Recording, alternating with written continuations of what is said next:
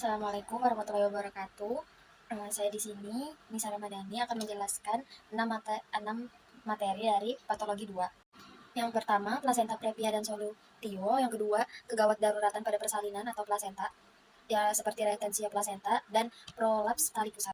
Yang ketiga, hemoragis postpartum atau perdarahan pasca bersalin seperti atonia uteri, ruptur uteri, sama invertio uteri. Yang keempat, penyulit dan komplikasi kegawat daruratan pada persalinan kala 2 seperti malposisi dan malpresentasi. Yang kelima, kehamilan ganda seperti makrosomia dan distosia bahu. Dan yang keenam, persalinan lama seperti distosia tenaga hispotorik, his hipertoni, dan his yang tidak terkoordinasi. Yang pertama, saya akan menjelaskan pada materi persalinan dengan plasenta previa dan solusio plasenta. Pengertian plasenta previa yaitu plasenta yang letaknya abnormal pada segmen bawah uterus sehingga menutupi sebagian atau seluruh pembukaan jalan lahir, yang dimana kondisi plasenta tersebut berimplementasi menutupi sebagian atau seluruh segmen pada bagian bawah. Plasenta previa ada 4 macam. Yang pertama, normal plasenta, marginal, partial, dan total. Resiko plasenta previa yaitu dari usia lebih dari 35 tahun terjadi sklerosis pembuluh darah yang kecil sehingga dapat menyebabkan sistem aliran darah ke endometrium tidak merata, kemudian menjadi kurang subur. Yang kedua, multiparitas, yaitu makin tinggi paritas ibu maka semakin menurun kualitas endometrium. Yang ketiga, yaitu ada riwayat SC. Sayatan SC dapat mengakibatkan perubahan atrofi pada desi 2 dan berkurangnya vaskularisasi. Yang keempat, ada riwayat kuretage, yaitu luka yang dalam pada dinding endometrium, yang bisa mengakibatkan gangguan vaskularisasi pada desi 2 sehingga kesuburan pada dinding endometrium semakin berkurang. Yang kelima, ada riwayat plasenta previa. Yang ibu yang memiliki riwayat plasenta previa memiliki resiko 12 kali lebih besar untuk mengalami plasenta previa kembali. Yang keenam, ada kehamilan ganda. Kehamilan ganda dengan 2 janin dan 2 plasenta atau lebih membuat satu tempat telah terjadi implementasi plasenta dan yang lain akan memilih tempat yang kurang tepat untuk berimplementasi. Diagnosis plasenta previa: yang pertama, gejala klinis, kedua, palpasi abdomen, ketiga, pemeriksaan intekulo, yang keempat, penentuan letak plasenta, dan yang kelima, terapi ekspektatif atau pasif. Dan komplikasi plasenta previa: yang pertama ada AUGR, yang kedua anemia janin, yang ketiga prematur, yang keempat cacat lahir, yang kelima HPP dan shock pada ibu bersalin, yang keenam ada infeksi dan pembekuan darah pada ibu bersalin. Memasuki materi solusio plasenta, itu terlepasnya plasenta dari implementasi yang normal dari uterus sebelum janin dilahirkan. Faktor risiko solusio plasenta: yang pertama, usianya lebih dari 35 tahun, kedua, multiparitas, ketiga, riwayat solusio plasenta, yang keempat, polihidramnion, yang kelima, APD, yang keenam, cedera atau trauma perut, yang ketujuh, hipertensi atau preeklamsia. Adapun gejala solusio plasenta yaitu adalah perdarahan pada ibu hamil. Selain perdarahan, ada gejala yang lain menyertai solusio plasenta seperti kontraksi rahim yang berlangsung lama, nyeri perut dan punggung, perut atau rahim terasa lemas dan denyut jantung cepat, tekanan darah rendah, pergerakan janin berkurang atau tidak ada sama sekali. Diagnosis pada solusio plasenta yaitu pemeriksaan fisik untuk mengecek perdarahan vagina dan ketegangan pada rahim, USG, tes darah, tes urin untuk mendeteksi kemungkinan terjadinya solusio plasenta. Komplikasi solusio plasenta seperti shock, hipolemik, pertumbuhan janin dalam kandung terganggu karena pasokan oksigen dan nutrisi terhambat, kelahiran prematur, berat badan bayi rendah, gangguan pembekuan darah, histerektomi, dan bayi lahir mati atau stillbirth. Dan materi yang kedua yaitu kegawat daruratan persalinan. Yang pertama ada retensio plasenta atau definisinya tertahan atau belum lahirnya plasenta selama 30 menit setelah bayi lahir dan sudah disuntikan cairan oksitosin. Plasenta yang sudah lepas dari dinding uterus akan tetapi belum keluar disebabkan oleh tidak adanya usaha untuk melahirkan atau karena salah penanganan kala 3. Yang pertama, plasenta adesiva, yang kedua, plasenta akreta, yang ketiga, plasenta inkreta, yang keempat, plasenta perkreta, yang kelima, plasenta incarcerata. Faktor resiko retensio plasenta: yang pertama, usia lebih dari 35 tahun, multiparitas, plasenta previa atau riwayat plasenta previa, overditensi rahim atau gemeli, makrosomia atau hidromein. Yang kelima, persalinan lama. Komplikasi retensio plasenta ada 3. Yang pertama, atonia uteri, dan kedua, ruptur uteri, dan ketiga, inversio uteri. Atonia uteri yaitu keadaannya lemah atau tonus atau kontraksi rahim yang menyebabkan uterus tidak mampu menutup perdarahan terbuka dari tempat implementasi plasenta setelah bayi lahir dan plasenta lahir. Ruptur uteri yaitu robekan pada dinding rahim akibat dilampauinya daya regang myometrium. Yang ketiga, inversio uteri, keadaan di mana lapisan uterus atau endometrium turun dan keluar lewat ostium uteri eksternum. Materi selanjutnya yaitu prolaps tali pusat. Prolaps tali pusat yaitu letak tali pusat yang berada di samping atau bagian terendah jalan lahir yang menyebabkan kompresi pada tali pusat sehingga fungsi tali pusat menjadi terganggu, dan keadaan ini dapat mengalami hipoksia pada janin yang dapat berakibat pada asfiksia dan dapat mengancam jiwa janin. Etiologi prolaps tali pusat yaitu presentasi yang abnormal seperti letak lintang, letak sungsang, presentasi bokong, dan presentasi kaki, gemeli prematur, CPD atau DKP, dan ruptur memban apneon spontan. Tali pusat yang panjang, semakin panjang tali pusat maka semakin mudah menumbung. Dan yang keenam, plasenta previa ada riwayat plasenta previa. Tanda gejala prolaps tali pusat yaitu tampak menonjol keluar dari vagina dan dapat dirasakan atau diraba dengan tangan di dalam bagian yang lebih sempit dari vagina.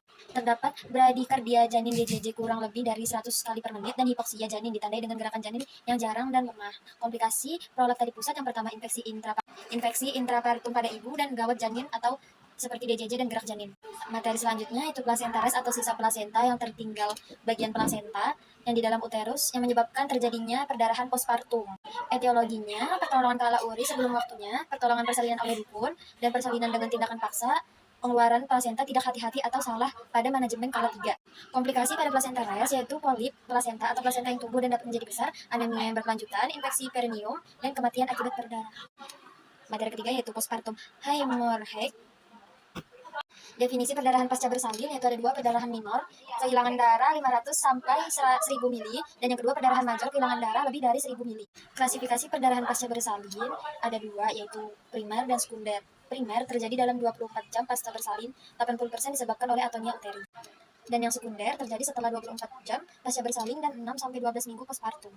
Faktor resiko dan etiologi perdarahan yaitu faktor resikonya lebih dari umur 35 tahun, obesitas, grand multipara, abnormalitas uterus, kelainan darah mati. Riwayat perdarahan pasca bersalin atau retensio plasenta, perdarahan antepartum atau plasenta previa dan solusio, dan overdistensi uterus, gemeli, polihidromain, dan yang terakhir IUFD. Manajemen aktif kala 3 yaitu pemberian oksitosin setelah bahu anterior bayi lahir, tegangan tali pusat terkendali, dan masase uterus setelah plasenta lahir. Diagnosis dan manajemen perdarahan persalinan dapat dikenali dengan perdarahan dan pemeriksaan terarah untuk mengetahui penyebab. Yang pertama, hitung jumlah darah yang hilang sejak bayi lahir, lihat tanda dan gejala, dan takikardi dapat menjadi gejala awal terjadinya perdarahan. Ton atau utenia uteri merupakan penyebab terbanyak pada kasus perdarahan pasca bersalin. Uterus tidak responsif terhadap pijat transabdominal.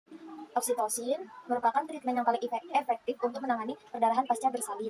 Atonia uteri adalah suatu kondisi di mana myometrium tidak dapat berkontraksi, dan bila ini terjadi, maka darah yang keluar dari bekas tempat melekatnya plasenta menjadi tidak terkendali. Kompresi bimanual ada 2, yang pertama internal, yang kedua eksternal. Kompresi bimanual ada 2, yaitu kompresi bimanual internal KBI, yang kedua kompresi bimanual eksternal atau KBE. Ruptur uteri adalah dinding rahim yang mengalami robekan akibat cedera yang terjadi selama proses persalinan normal. Ini terjadi karena pergerakan bayi pada jalan lahir saat persalinan normal. Gejala dan tanda ruptur uteri yang pertama nyeri paru, 2 bradikardia janin, ketiga lingkar perut bertambah, keempat hilangnya kontraksi rahim, kelima takikardi dan syok pada ibu, keenam perdarahan per vagina. Inversio uteri adalah kejadian terbaliknya uterus bagian dalam ke arah luar sehingga bagian fundus uteri dipaksa melalui serviks dan menonjol ke dalam atau keluar dari vagina. Komplikasi perdarahan pasca bersalin yang pertama anemia, kedua iskemia hipofisis, ketiga iskemia miokard, keempat sindrom postpartum, kelima transfusi darah, keenam koagulopati dilosional, ketujuh iskemia miokard, ke-8 hipotensi ortostatik, ke-9 depresi pasca bersalin. Materi selanjutnya makrosomia, distosia bahu, dan kehamilan ganda. Makrosomia yaitu bayi dengan berat badan 4.000 gram lebih atau tanpa melihat umur kehamilan, disebut bayi mikrosomia. Biasanya makrosomia sering dikaitkan dengan riwayat diabetes mellitus gestasional dan obesitas pada ibu. Ibu dengan hiperligemia berisiko melahirkan bayi makrosomia 10-8 kali lebih besar. Etiologi makrosomia, pertama faktor genetik, kedua kenaikan berat badan ibu yang berlebih, yang ketiga ibu hamil yang menderita diabetes mellitus. Komplikasi makrosomia, yang pertama insiden kelainan kongenital, penyulit persalinan dalam pervagina atau distosia bahu, perdarahan postpartum, laserasi jalan lahir, yang ketiga peningkatan cedera. Yang kelima, tingkat depresi nilai Apgar yang lebih tinggi, keenam peningkatan resiko kelebihan berat badan pada masa selanjutnya, yang ketujuh bayi makrosomia beresiko mengalami hipoligemia, hipokalsemia. Bayi makrosomia beresiko mengalami hipoglikemia, hipokalsemia, hipoperviskositi, dan hiperbilirubinemia. Penata laksanaan makrosomia pada ibu dapat dilakukan untuk taksiran berat janin hingga 5.000 gram pada ibu tanpa diabetes, itu pada persalinan normal. Penata laksanaan makrosomia pada bayi yaitu asuhan BBL dan mengkaji keadaan kesehatan pada bayi dengan mengobservasi keadaan umum dan vital serta memeriksa kadar glukosa darah. Selanjutnya, distosia bahu, yaitu kegawat daruratan obstetrik yang terjadi selama persalinan pervaginam ketika bahu janin tidak dapat lahir dengan sendirinya setelah kepala janin dilahirkan. Faktor resiko distosia bahu, yang pertama riwayat distosia bahu, usia ibu yang lebih dari 35 tahun, makrosomia, DMG, IMT yang lebih dari disproporsi sapropelvic relatif, kehamilan postterm, kala 1 persalinan memanjang, secondary arrest of dilatation, kala 2 persalinan memanjang, augmentasi oksitosin, dan persalinan pervagina yang ditolong dengan instrumen atau forceps atau paku. Tanda klinis distosia bahu yaitu Meski sudah berusaha sekuat tenaga dan gerakan yang tepat, traksi pada kepala bayi tidak mampu melahirkan babu yang masih berada di cranial synthesis pubis. Materi selanjutnya yaitu kehamilan ganda. Kehamilan ganda atau gemeli adalah satu kehamilan dengan dua janin. Kehamilan yang terjadi dari satu telur disebut gemeli monozigotik atau disebut juga amniotic homolog atau uniovular.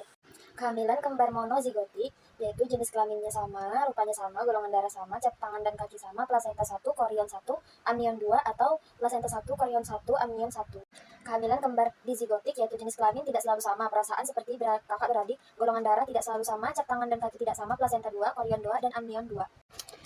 Conjoined twins atau kembar siam yaitu bayi yang terlahir dampit terjadi pada sel telur yang dibuahi membelah, kemudian terjadi gangguan dalam pemisahan tersebut. Etiologi kehamilan gemeli yaitu bangsa atau riwayat, keluarga keturunan, umur, dan paritas sering mempengaruhi kehamilan dua telur. Tanda gejala gemeli yaitu TFU tidak sesuai dengan usia kehamilan, mual muntah berat karena hormon HCG meningkat, palpasi abdomen mendapatkan 2 atau lebih bagian tubuh yang besar, auskultasi lebih dari 1 denyut jantung yang terdengar jelas dan berbeda, atau keluarga memiliki riwayat kehamilan kembar. Bayi kembar yang dilahirkan sebelum usia kehamilan 35 minggu, 2 kali lebih sering menderita HMD dibanding dengan bayi tunggal yang dilahirkan pada usia kehamilan yang sama. HMD adalah hyaline membran atau yang dikenal sebagai respiratory distress syndrome. Materi selanjutnya yang kelima ada persalinan lama atau distosia kelainan tenaga atau HIS. Persalinan lama menurut WHO yaitu berlangsung lebih dari 24 jam yang disertai dengan kontraksi uterus rintik dan reguler serta dilatasi serviks. Proses abnormalitas persalinan yang ditandai dengan kemajuan persalinan yang lambat. Persalinan yang tidak mengalami kemajuan pada fase laten dan fase aktif. Pada primigravida berlangsung 24 jam, lebih dari 24 jam, sedangkan pada multigravida berlangsung lebih dari 18 jam. Klasifikasi, fase laten memanjang, fase pembukaan serviks yang tidak dilewati 3 cm setelah 8 jam. Fase aktif memanjang, yaitu fase yang lebih panjang dari 12 jam dengan pembukaan serviks kurang dari 1,2 cm per jam pada primigravida. Dan 6 jam rata-rata 2,5 jam dengan laju dilatasi serviks kurang dari 1,5 cm per jam pada multigravida. Tanda klinis pada ibu yaitu gelisah, letih, suhu badan meningkat, berkeringat, nadi cepat, pernapasan cepat, dan meteorisme. Di daerah lokal sering dijumpai edema pulpa, edema serviks, cairan ketuban yang berbau, dan terdapat mekonium. Pada bayi yaitu takikardia, caput succedaneum yang besar, dan mau lagi kepala yang hebat, dan IUFD. Faktor predisposisi yaitu primigraviditas, ketuban pecah dini ketika serviks masih tertutup, keras dan belum mendatar, analgesia dan anesthesia yang berlebihan pada fase laten. Kelainan kekuatan HIS dan mengejan. Yang pertama, inersia uteri atau HIS yang lemah. Ada 2 macam. Yang pertama, primer dan hipotonik. Inersia uteri yaitu HIS yang lemah ada 2 macam. Yang pertama, inersia uteri primer atau hipotonik, dan yang kedua, inersia uteri sekunder. HIS yang tidak terkoordinasi dari awal, irregular dan tidak efektif, tidak dominasi tumulus dan biasa terjadi pada fase laten disebut inersia primer atau hipotonik. Inersia uteri sekunder yaitu HIS dengan frekuensi jarang, kekuatan lemah, durasi sebentar, relaksasi sempurna, dan biasa terjadi pada fase aktif atau kala 2. HIS yang lemah dapat menimbulkan bahaya bagi ibu maupun janin karena tanpa HIS yang kuat dan baik, tidak dapat merangsang pembukaan pada serviks sehingga bayi dapat mengalami fetal distress. 2. HIS terlampau kuat atau hypertonic uterine contraction menyebabkan persalinan yang sangat cepat jika kurang lebih dari 3 jam. Walaupun HIS kuat, tetapi apabila terdapat CPD, maka dapat terjadi kala satu lama dan menyebabkan trauma cerebri pada janin. Yang ketiga, incoordinate uteri action, yaitu tidak ada koordinasi kontraksi bagian atas, tengah, dan bawah yang menyebabkan HIS tidak efisien dalam mengadakan. Yang ketiga, incoordinate uteri action, yaitu tidak ada koordinasi kontraksi bagian atas, tengah, dan bawah yang menyebabkan HIS tidak efisien dalam mengadakan pembukaan. Kontraksi uterus yang tidak menentu dan tidak adekuat tidak dapat membantu serviks untuk mendatar dan membuka, sering terjadi partus lama. Diagnosis penunjang persalinan lama yaitu pemeriksaan USG untuk mengetahui letak janin dan pemeriksaan lab untuk mengetahui kadar Hb untuk mengidentifikasi apakah pasien menderita anemia. Materi yang keenam, penyulit dan komplikasi pada persalinan kala 2. Posisi janin, hubungan antara bagian janin dengan bagian kiri, depan, belakang lintang, dan jalan lahir. Posisi janin normal, yang pertama oksiput anterior kiri, yang kedua oksiput anterior, yang ketiga oksiput anterior kanan. Posisi janin tidak normal yaitu posisi oksiput melintang atau depth transversi ares, kegagalan putaran paksi dalam. Posisi janin yang optimal yaitu kepala bayi turun panggul dan panggul memfasilitasi itu. Kedua ginekoid, ketiga left oksiput anterior 9 sampai 9,5 cm. Ukuran lebih besar dari panggul, kurang lebih 12 cm, sisi kanan kiri panggul. Panggul mau payment pap membuka, internal rotation, dan occiput anterior, kepala fit masuk ke pintu tengah panggul dan pintu bawah panggul. Penyebab malposisi yaitu kegagalan rotasi kepala atau putaran paksi dalam. Kelainan bentuk panggul, antropoid, menyebabkan posisi occiput di posterior, menyebabkan posisi occiput melintang. Polyhydramnion atau oligohydramnion, dan gemeli. Resiko dari malposisi yaitu peluang persalinan per vagina cukup tinggi, namun tingkat SC dan persalinan dengan tindakan vakum atau forceps lebih tinggi, tingkat asfiksia, trauma janin, dan trauma jalan lahir yang lebih tinggi. Malpresentasi adalah semua presentasi janin selain vertex, yaitu kondisi di bagian anatomi janin yang masuk terlebih dahulu ke pelvic inlet adalah bagian lain selain pada kondisi normal, presentasi janin ditemukan adalah presentasi vertex. Vertex merupakan bagian kepala janin yang terletak di antara fontanel anterior dan fontanel posterior. Posisi sungsang, penyebabnya yaitu gemeli, volume air ketuban, plasenta previa, komplikasi kehamilan, atau fibroid rahim.